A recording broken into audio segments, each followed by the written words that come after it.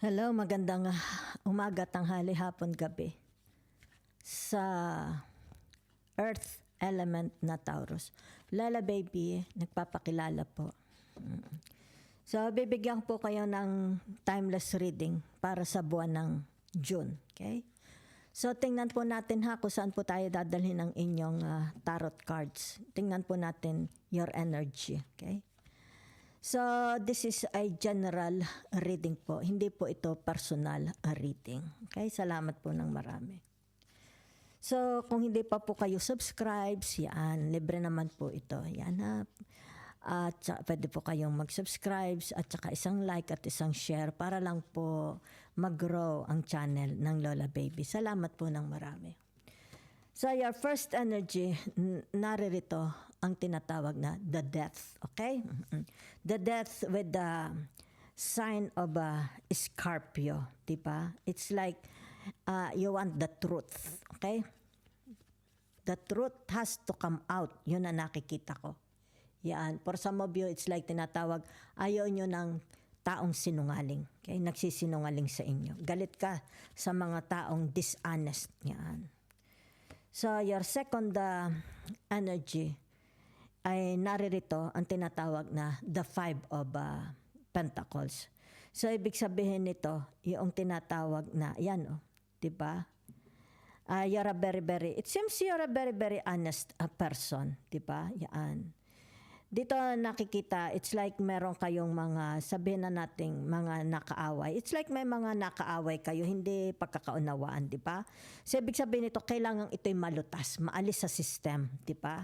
Sa sistema, sa body systems. Kung ano man ito, di ba? It's like meron ditong tinatawag na concealing, okay? Yan, meron concealing. It's like meron kayong mga tao, let's say sabihin na nating maybe a family members, di ba? Family, halimbawa mga siblings, okay? Parents, di ba? Relatives, or halimbawa sa marriage, di ba? Ibig sabihin nito, meron itong mga tinatawag na aktibidades, hidden agenda, okay? Yan. Kumbaga dito yung tinatawag, you are trying to find it out. Gusto mong ma-discover, di ba? So, galit ka. Ibig sabihin, galit ka sa mga taong tinatawag na pinagtataguan ka ng lihim. Diba? Yan. So, titingnan ko lang, ha? So, narito ang tinatawag na the will. The will of fortune. Diba? So, ibig sabihin nito, yung tinatawag na ano ito, yung dadating ang oras, panahon lang, okay, ang makakapagsabi. Yun ang nakikita ko, panahon lang, okay, ang magsasabi. Yan. Para magkaroon dito ng tinatawag na katotohanan. Yan ha. Lumabas, only time, okay, can tell. Para lumabas ang tinatawag katotohanan. Okay? It's like meron ditong infidelity. Yan, infidelity, maybe sa marriage, di ba, may infidelity, hidden agenda, okay? Secrets, di ba? Yan. So, ibig sabihin nito, tinatawag na justice will preserve. Will, justice will prevail. Okay? Yun na nakikita ko. Only justice will prevail. Yan. So, naririto, tatlo ang inyong tinatawag, teka muna at lumabas ito. Yan. Okay? Yan. So, lumabas pa rin ito. Yan. So, lumabas pa rin ito. Tama na. Ay, naku, nagbaliktad ang tinatawag the star. Okay, thank you very much, Danny. Salamat. So, lumabas ang the star. Ibig sabihin nito, sadness. Diba? Yan. Yung tinatawag na there is no accomplishment. Diba? Yan. So whatever is this, it's like tinatawag na narine ang ito, yan, the hangman, di ba? So whatever is that, meron lang akong nakikita dito, okay? Dahil narito ang the Ten of Wands. Sandali, maganda itong story nito. Narine ang the Ten of Wands, okay? And the Ten of Pentacles, double confirmation, okay? Na tinatawag na 10-10. Kung sino man ito, you have to watch out dahil lumabas ang tinatawag na the Two of Cups. So for some of you, dahil narito ang the Five of Pentacles, di ba? At saka the Ten of Pentacles, di ba? To the Two of Cups, to the Ten of Wands. So, general po ito. Hindi po ito personal reading. Meron ako din itong nakikitang couples. It has something to do about marriage. Diba? So, mag-iingat po. Sapagkat narito ang the death. Combo ito. Kombinasyon. Okay? Ibig sabihin nito, the Wheel of Fortune, the Hangman, and the reverse na tinatawag na Aquarius. Okay? So, ibig sabihin, meron dito tinatawag na gumagawa. It's like, para siyang nasa kusina. Niluluto, may niluluto. Ano niluluto niya? It's like a laboratory, di ba? It's like tinatawag, nasa lugar siya. Okay, it's like a house. Pero walang bintana, walang pinto. Yun lang ang nakikita ko. Ibig sabihin nito, may re-rest back. Maghihiganti. Yan ha. Dahil narito ang tinatawag na the Two of Cups. So nakikita ko dito, yung tinatawag na nasugatan. Masyado siyang deeply wounded. Deeply wounded. It's like there is no forgiveness. It's all about revenge. Revenge. Gusto niyang maghiganti. Kaya nakikita ko, it's like kitchen, di ba? O kaya kwarto o salas. Or yung tinatawag a group of people. Okay? Yan. Pero ito'y siya mismo. Okay? Siya ang nagpo-promotor. Paghiganti. Yan. So be very, very careful. Yan. Ibig sabihin nito, meron na siyang pinaplano. Okay? Re-rest back. Ibig sabihin nito, yung tinatawag, siya'y pinalungkot. Pinalungkot. Okay? So, nakikita ko dito, hindi kayo. Okay?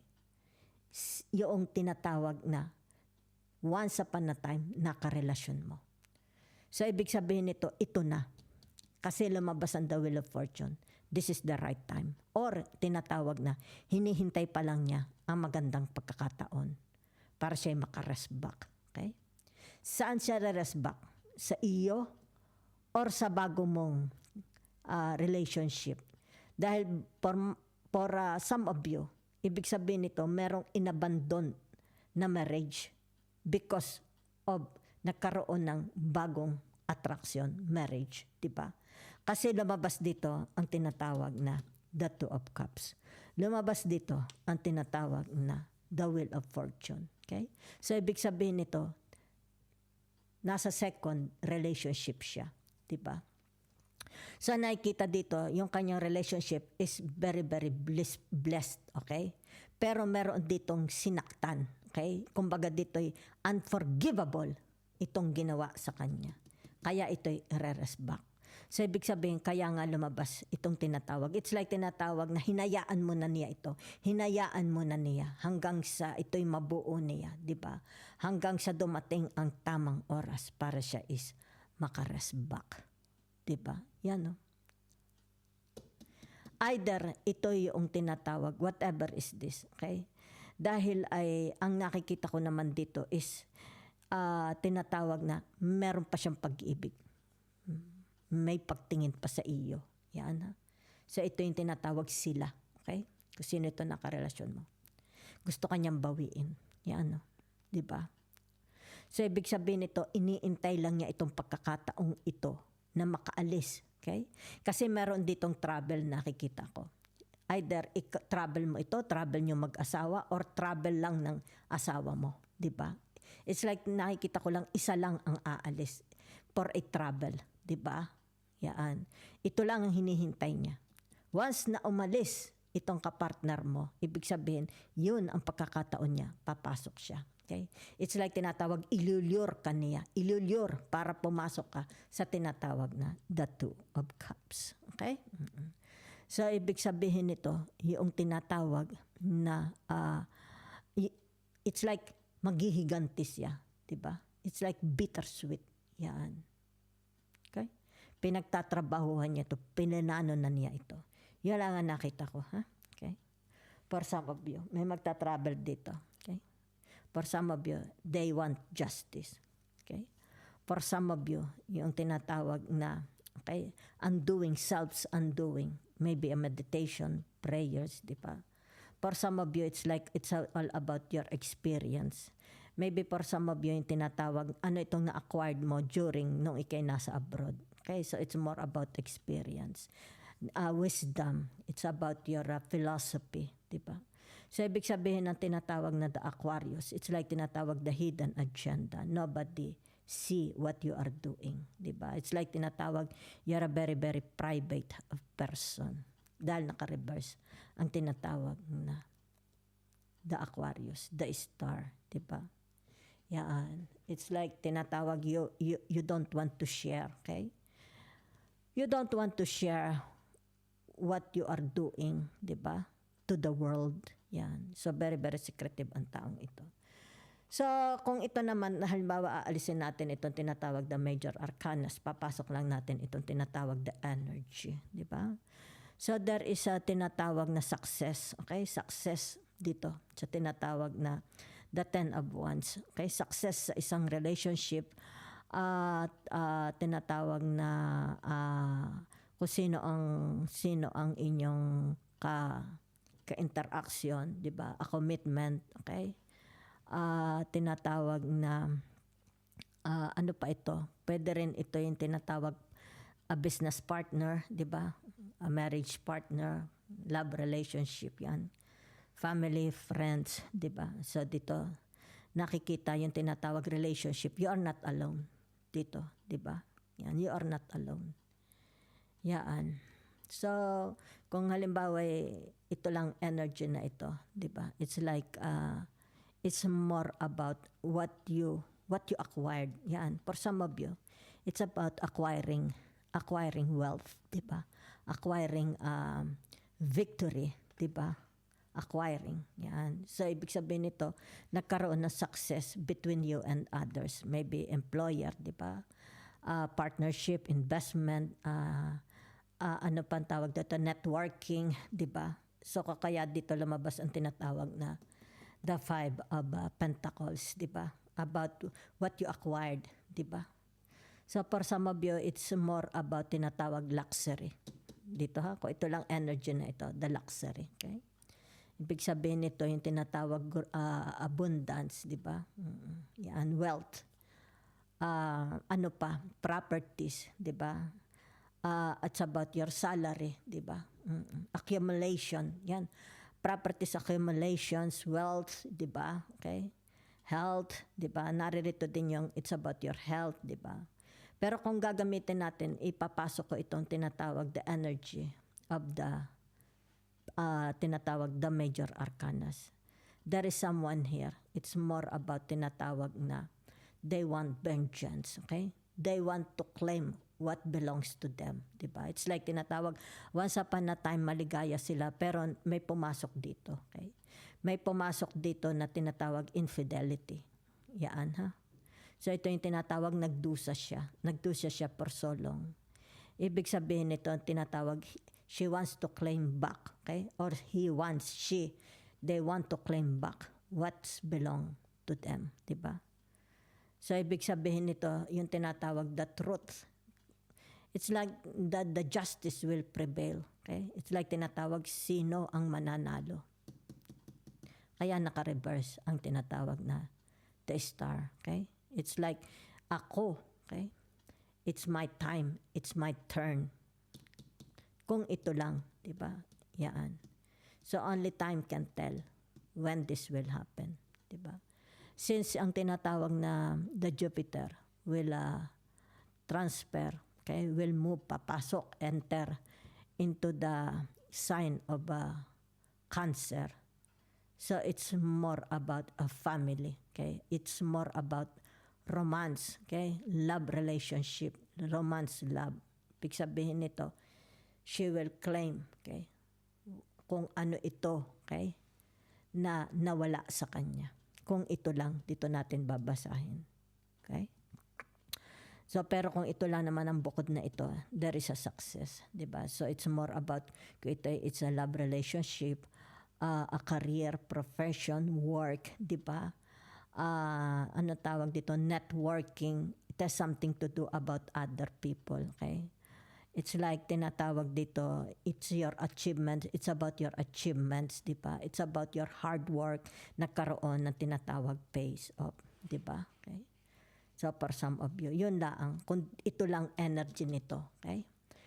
Ngayon, kung hindi natin i-apply ito, okay? Yan. So kung ito lang ang babasahin natin, ibig sabihin nito, the truth must come out, okay? So for some of you, ibig sabihin nito, you are working, let's say sabihin na natin, maybe you are working in a laboratory.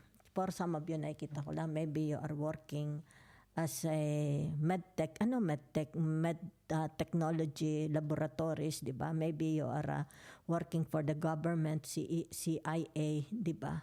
So maybe for some of you, ibig sabihin nito, yung tinatawag na wala pang sagot. Okay? May mga problema. It's like pambansang problema na wala pang kasagutan. It's like tinatawag the Ukraine and Russia. Diba? Kagaya ngayon may mga tinatawag na away, mga bansa. Diba? Ibig sabihin nito, yung tinatawag nagdurusa ang mga mamamayan because of the star. Ibig sabihin nito, na napasali sila, okay? It's like yung giyera sa bansa ang naapektuhan ang mga tao, 'di ba? It's like tinatawag na ito'y problema ng hindi isang bansa. Lahat ng bansa problema, okay? So ibig sabihin nito, meron dito tinatawag na greedy, okay? It's like tinatawag pananakop ng isang bansa. It's more about his greediness, di ba?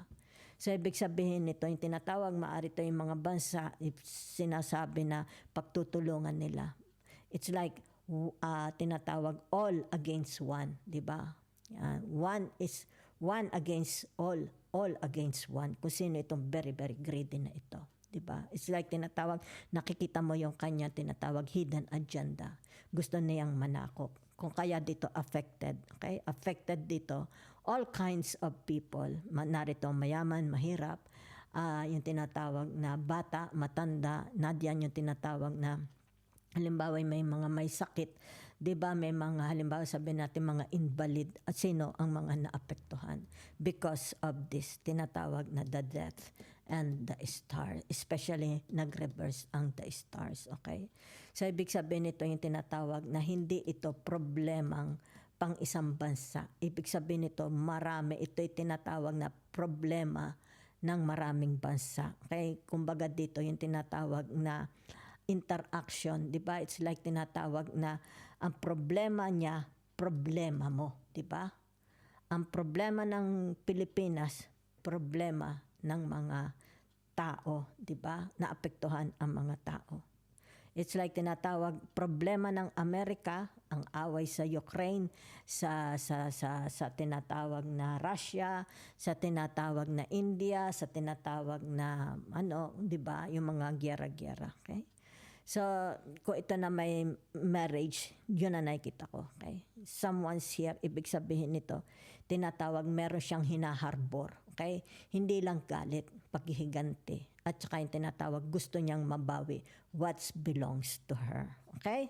So, kung ito naman tinatawag, ito lang energy na ito, there is a success. Okay? It's like tinatawag, yung tinatawag na tagumpay. Kung ito may networking, social media, if you have social media platform or yung tinatawag na kung ano man ito, maybe about your body, about your appearance, about your tinatawag creativity, your passion. Ibig sabihin nito, kung sino ang inyong mga